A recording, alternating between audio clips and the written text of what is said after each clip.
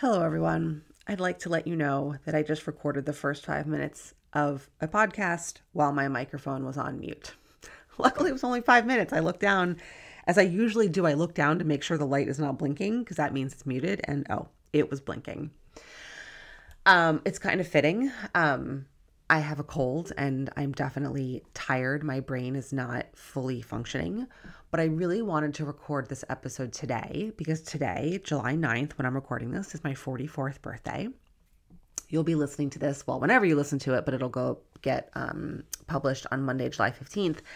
And I really wanted to do like a birthday episode. It's my birthday.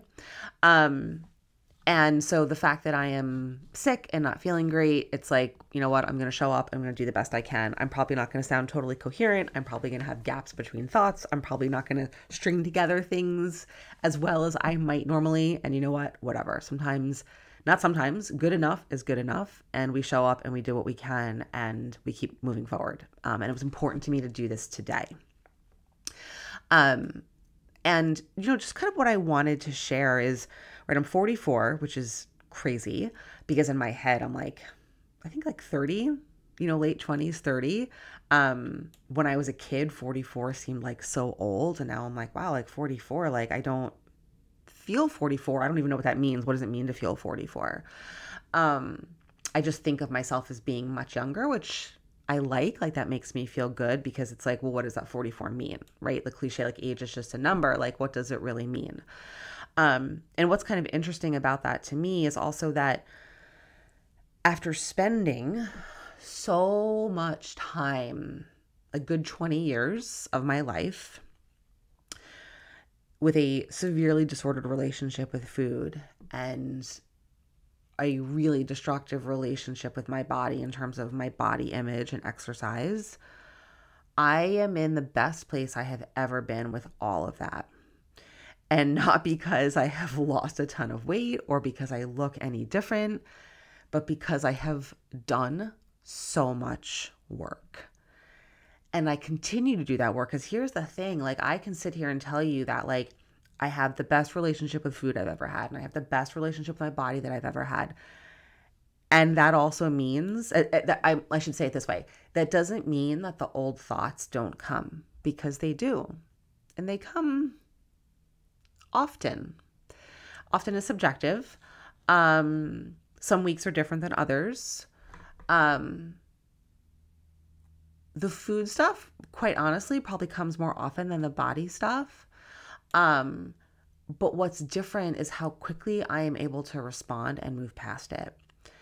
And that, 7, 8, 10 years ago, those thoughts would come and I would immediately spiral, lose my shit, start another diet, go hardcore, all of that, only to get stuck in like that, that all or nothing trap again. Whereas now the thought comes, I immediately respond and it kind of like settles and quiets down.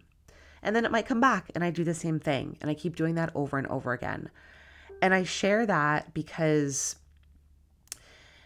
that's what progress looks like, right?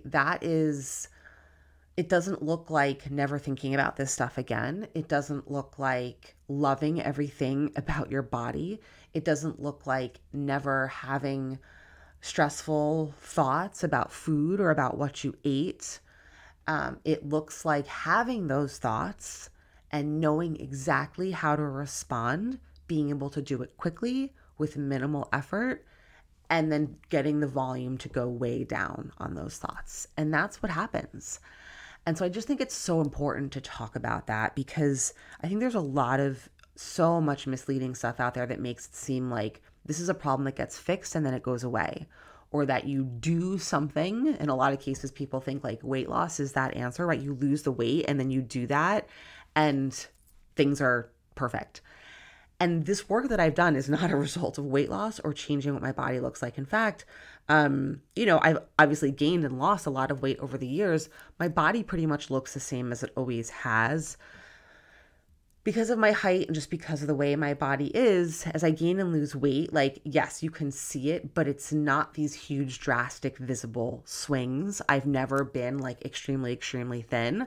And I've never, struggled with really like clinical obesity. My weight swings have been in like the, 10 to 20, 25 pound range. And it's definitely affected clothing sizes and all of that. But all this to say that like where I've carried my weight and my belly has always been the same. And there haven't been any drastic changes to my appearance. So it's not this external thing that has driven this work. It's internal progress. And I just think that there's such this misconception that like, that when you lose weight or when you change your appearance in some way that like, then you will feel better. And not to say that those things can't have an impact depending on like your history and your background and, what your quote unquote like starting point is, like where you're coming from. But it is not everything, right? It's only a small part. Like the skills and the internal work are a massive, massive part of it. And I feel like I'm kind of digressing as I knew that I would, just given that my brain's not fully functioning. But, there was a very long portion of my life where I just thought like, this is it. This is just what it's going to be. And this is how it is. And this is normal. And it's not normal. And this is not how it has to be.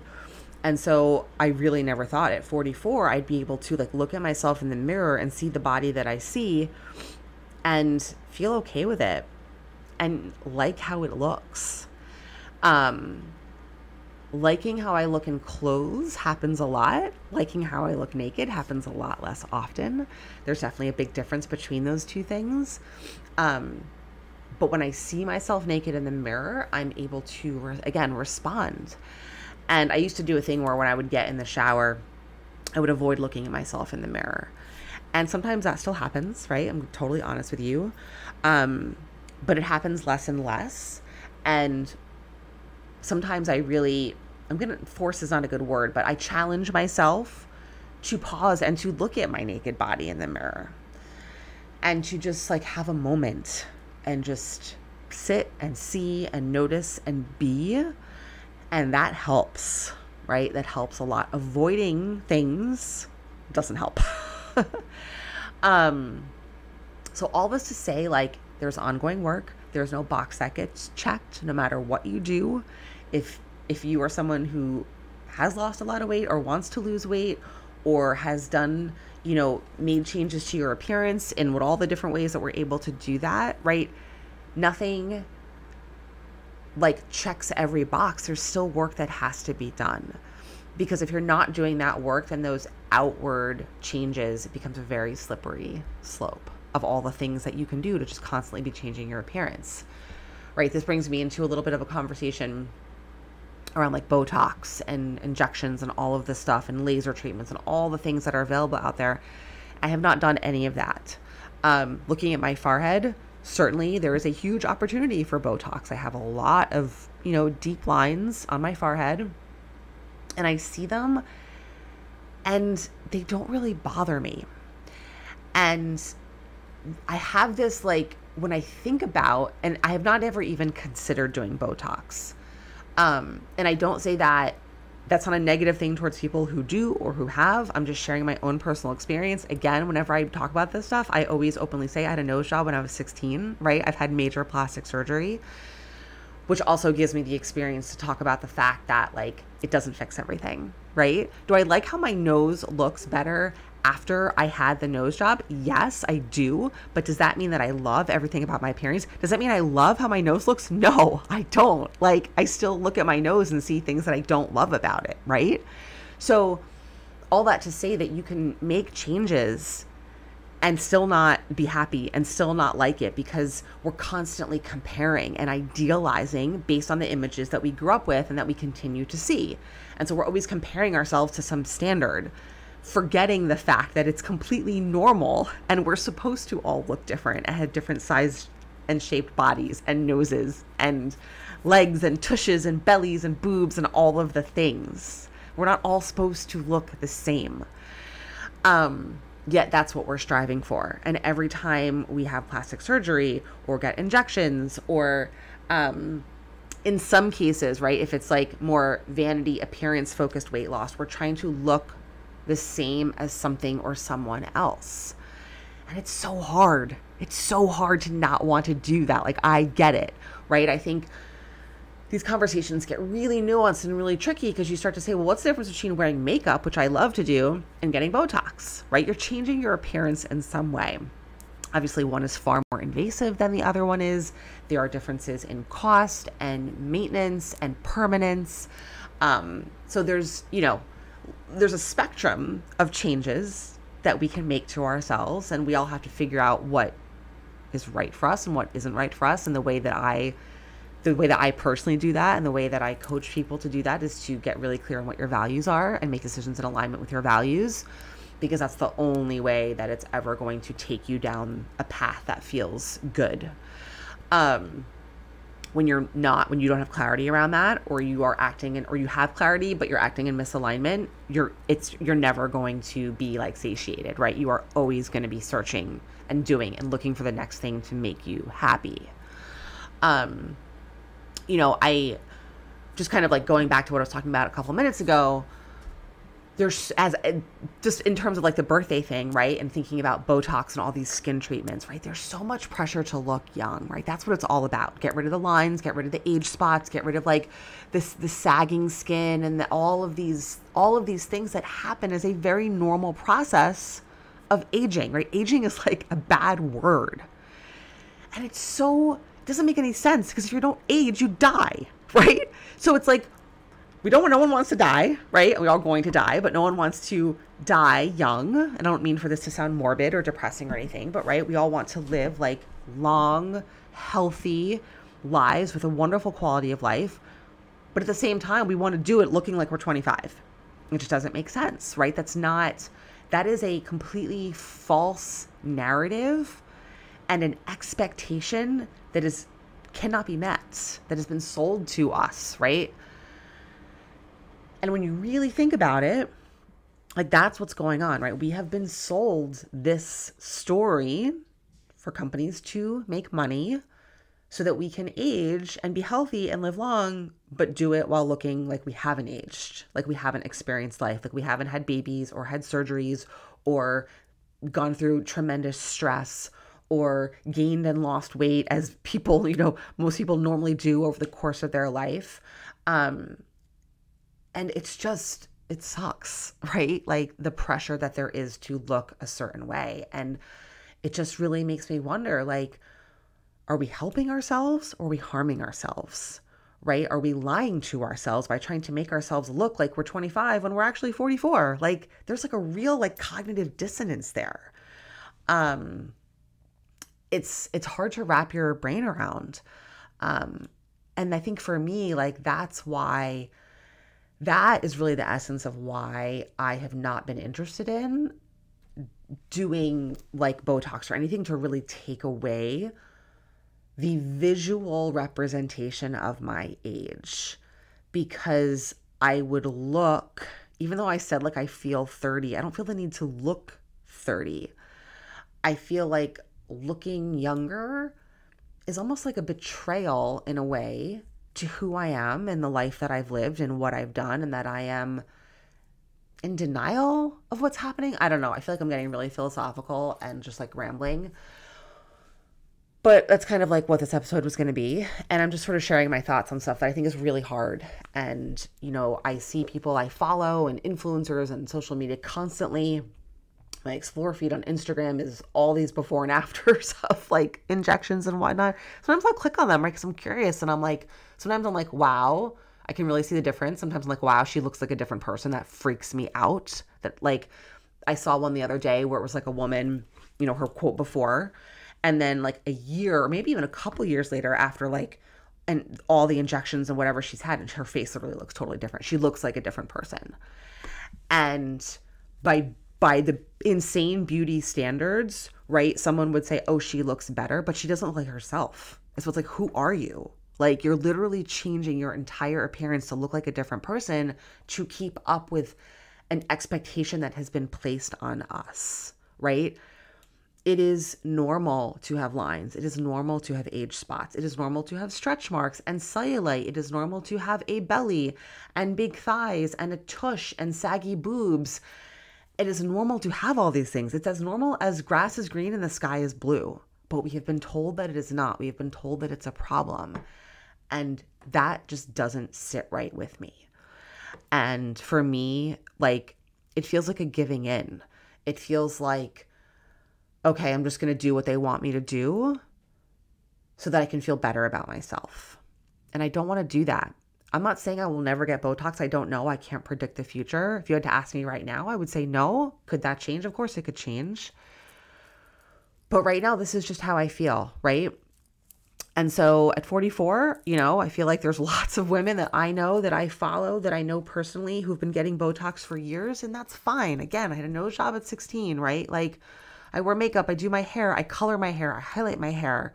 I pay a lot of money to get my eyebrows tweezed and tinted every 6 weeks. Like, I do things. I care about my appearance. We all do. That is normal.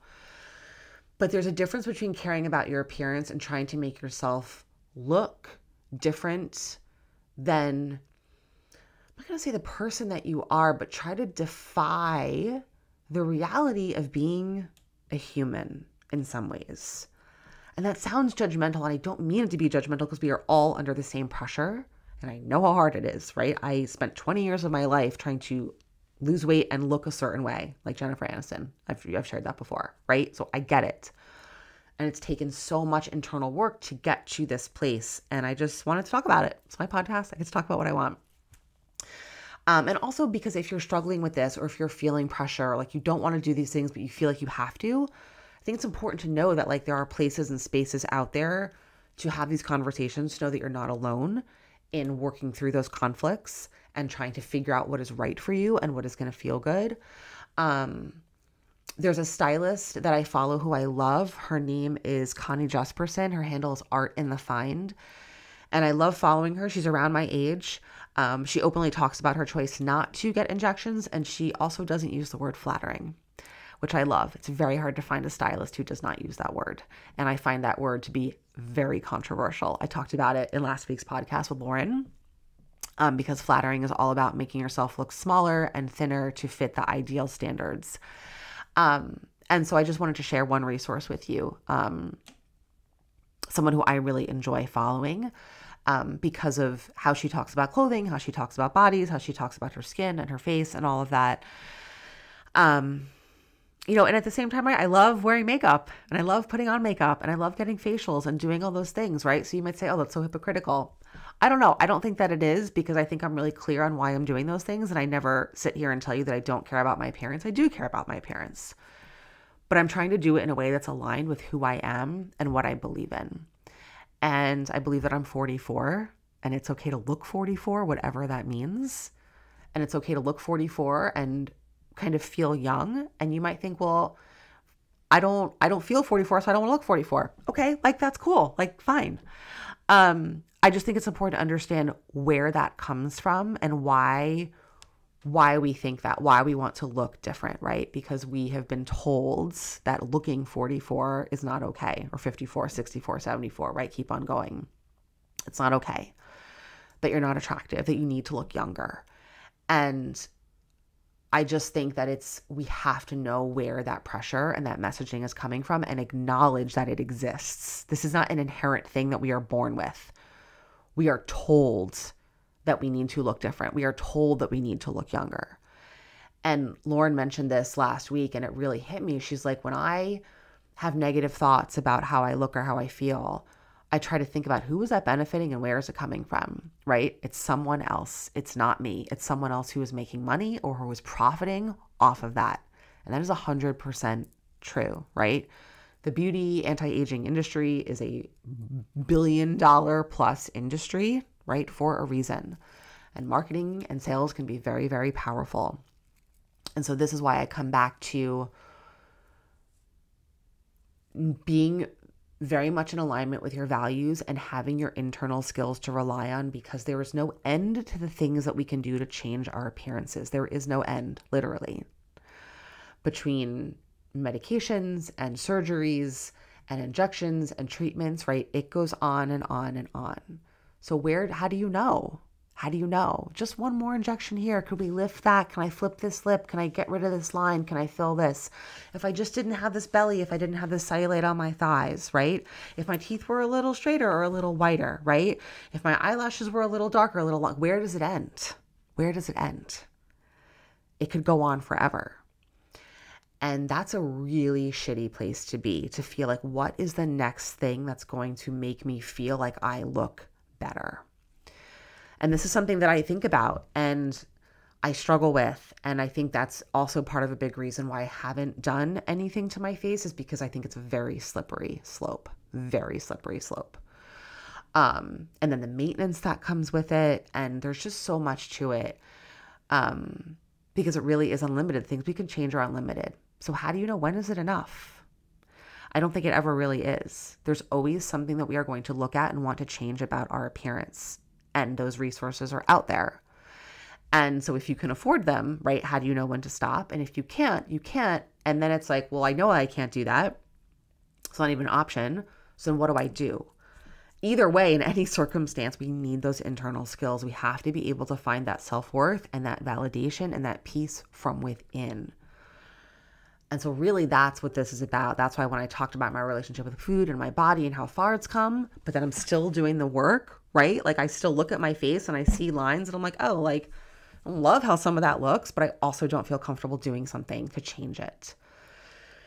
And having those internal skills is just so, so important. And so I just wanted to share with you like where I'm at, how I think about these things, what I struggle with, what I think about, where my brain goes, so you know you're not alone. Again, that's always my objective with this podcast, is so that you know that you are not alone in the stuff that you are thinking and struggling with. Because connection is the antidote to shame. And when you know that someone else is experiencing or thinking even one thing that you are, it feels better. So I feel like I've talked a lot. I'm going to stop talking. Thank you so much for listening. Thank you for being here. And I'll be back next week. And that's it.